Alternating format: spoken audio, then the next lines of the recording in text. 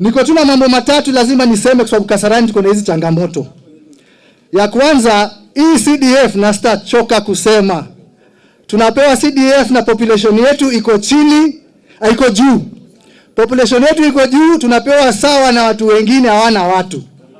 Ndio tuko na hii changamoto. Kama ningekuwa na uwezo watoto wote wangeweza kusoma, bursaries kila mtu apate, lazima tukue tunapeana hii CDF ikitoshana na population ya constituency.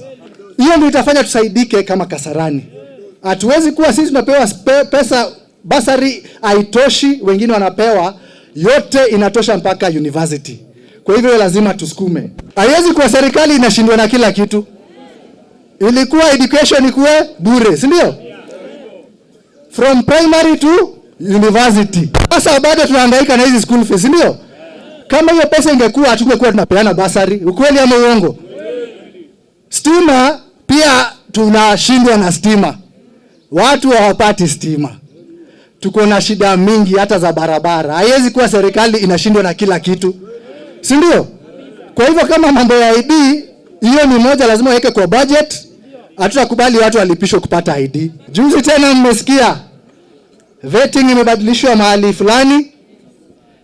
Huku ati inasemekana watu watajajiwa ID walipe 1,000. Sasa kama tumeshindwa kulipa school fees. Tumeshindwa kutafuta chakula. Tutalipa aje ID?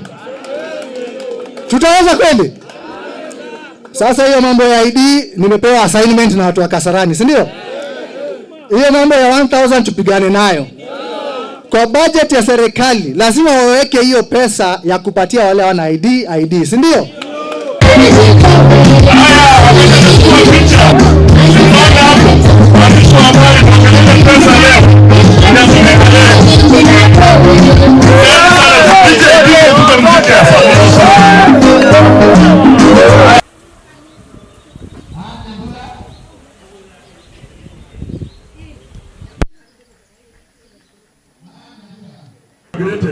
Brian Mugama na mzazi wake.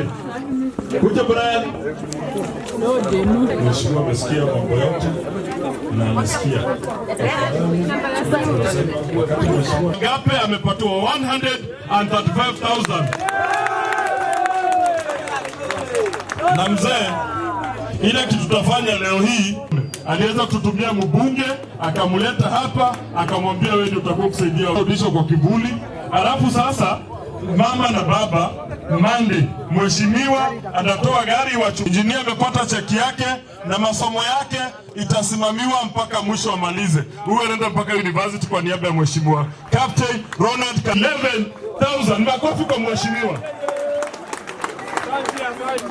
Mempa kibali kukanyaga mahali hapa siku ya leo. Wacha neema na kibali na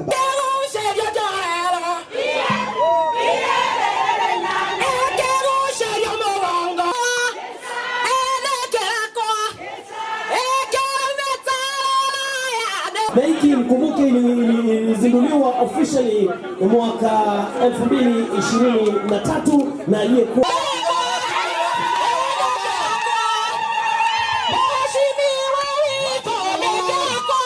Mbona msalimie. Sawa. And then mheshimiwa hapa watu wamekugoja sana na tunashukuru tena kwa ajili venye umekuwa ukishikilia watoto wetu. Kuna watu walikuwa nasema tuko 50-50, sasa mko 100. Ukameze kumkaribisha hao wengine wa Ronald kama iko Karauri kwa kufika mahali hapa. Wewe kama mwenyeji umeona furaha mpwito kutoka kwa hawa elimu bila breaks. Na vivyo hivyo miaka nyingine ni 10 bila. Imekuwa ni ngumu sana kwa miaka zingine 5 zimekuwa hapo nyuma. Ilikuwa ni noma sana kupata kitu kama hii. Tuendelee.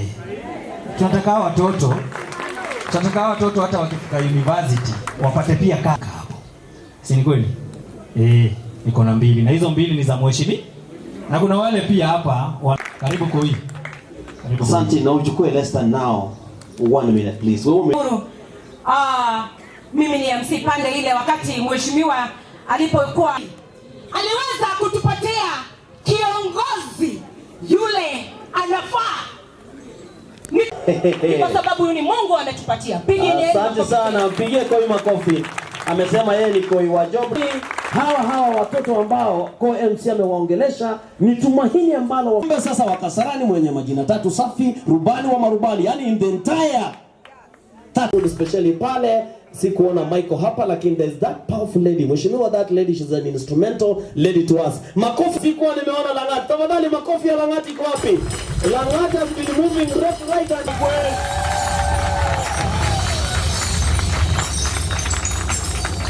Na kusema ukweli ni vizuri ukiona there is a gap somewhere, you fill it immediately. Sasa mabibi na mabwana, mtaniruhusu niite constituency. Yeye ndio bwana wa single ladies wote. Na mkasema tena yeye ndio baba ya mayatima. Few people who have not been thanked so far, without whose input this conference would not have been as successful as it has been. First, to His Excellency the President, Dr. William Samoei Ruto. When we came up with this idea, and initially we had planned to have the conference last year, I did reach out to him and asked him to be the chief guest. And he accepted to be the chief guest at that conference. Unfortunately, as fate would have it, we cancelled the conference the last week before the conference. When we were in the process of rescheduling this conference again, I reached out to him and he gave us the date of the 7th of February 2025. And that is when now we started together with the committee working backwards in preparations for this conference. That shows you the level of commitment from the very top about the development agenda of not just Nyanza per se, but the entire Lake region at the highest echelons of government. And then early this week, actually specifically on Sunday, when now it became apparent that due to certain extraneous factors, it was not going to be possible for him to attend the conference. Again, on that Sunday, he called me and we had a discussion, and he told me that he would have wished to be here himself, but because of those emerging issues, he had to travel out of the country. In his absence, therefore, he would send none other than his deputy, the Deputy President, Professor Kithure Kindiki, to come and represent him and officially open the conference on his behalf. So in that regard, I also want to thank him, and by extension, the Deputy President, Professor Kithure Kindiki, for having been here yesterday. Then the entire cabinet members who are here, the principal secretaries in large numbers, and I must thank most sincerely Professor Anyang' Nyong'o. When we needed the support of the governors from this region, Professor Anyang' Nyong'o convened a meeting. That is exemplary leadership, Professor. He convened a meeting and he helped us unlock the impasse that was existing out of factors which, in my view, were not insurmountable. That exemplary leadership exhibited by Professor Nyong'o has made this conference extremely successful. And by extension, I want to thank all the governors from the Lake Region Economic Bloc who participated here yesterday. And then I also want to thank my long-term friend, CPA Dr. Wycliffe Ambassa Oparanya. When we consulted with the Lake Region Economic Bloc, when it became apparent that Honorable Raila Odinga will not be available or may not be available to close the conference, and Lake Region Economic Bloc suggested that we reach out to him, I gave him a call and he instantly accepted to be the chief guest at this closing ceremony. And it thus goes to show how much still he holds the Lake Region Economic Bloc, of which is the founding chairman, in high esteem. Omwami, thank you very much for being available for us. I must also, in equal measure, thank the committee. These individuals have worked tirelessly for the past 2 years.